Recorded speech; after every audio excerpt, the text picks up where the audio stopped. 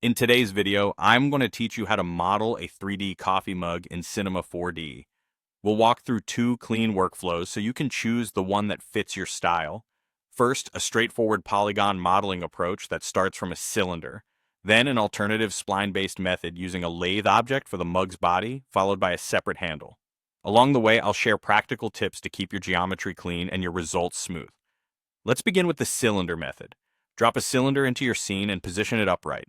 Make it editable so you can work at the polygon level. From here, shape the overall mug by selecting and moving points, edges, or polygons to establish the silhouette. Keep your adjustments even and aim for a simple, clean mesh. When you're happy with the basic outer contour, select the top polygons and use the extrude tool to form the inner lip. Extrude slightly inward to define that rim, then extrude downward to create the interior surface. This gives you the sense of a real wall with depth. For the handle, select a side area where the handle will attach and use the extrude tool again to pull out new geometry. Extrude in a couple of stages to arc the handle outward and back toward the mug, scaling and nudging as needed to keep the shape comfortable and balanced. Smooth, gradual movements here will make the handle feel natural. Now for the alternative workflow. If you prefer a spline-based start, bring in a clean 2D outline of the mug's profile from a vector program. Place that spline under a lathe object to generate the mug's body instantly. Adjust the spline points until the form looks right.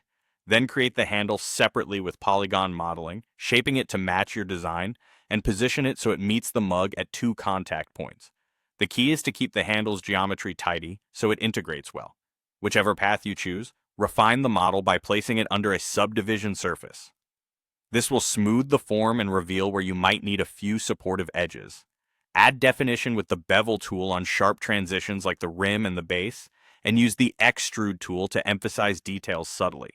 Small bevels help catch light and make the mug look more realistic, while restrained extrusions add structure without clutter.